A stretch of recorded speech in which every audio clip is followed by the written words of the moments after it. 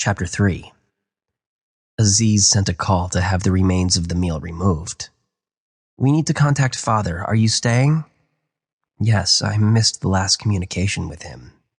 Injured in the fight to liberate the Gorgon from the hostile boarding party, he had been kept abed for quite some time after.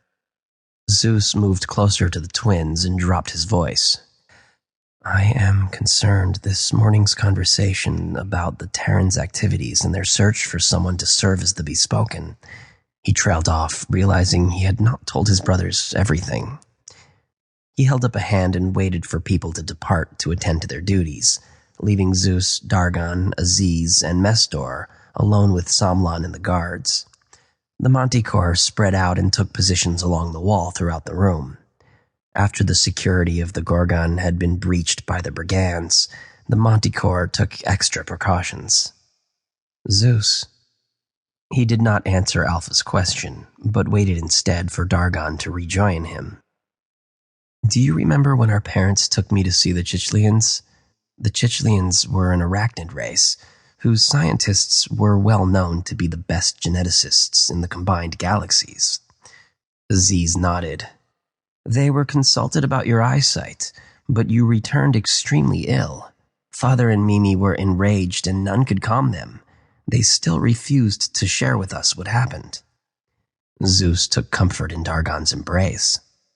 "While under the effects of their anesthetic, I could not move, but remained conscious. Because of this, I heard them discuss Prometheus, and the fact they had altered me to be the decoy. They were the ones who sent me adrift in space, in the path of a Terran vessel, so they were surprised the Marsani found me first." The twins began to hiss in anger, and the Manticore went on alert.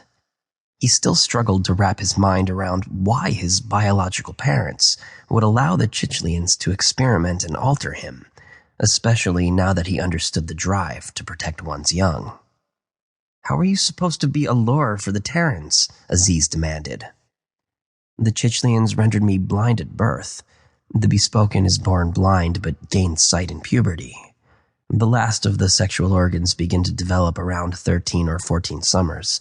I had been on the verge of the final development of my sex when Father sought the Chichlians' assistance to repair my eyes." A moment passed before what Zeus left unsaid seemed to dawn on Aziz.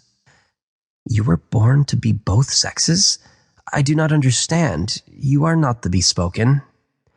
"No, I am not. One of the closely guarded secrets is that Athena's people are comprised of 3 sexes."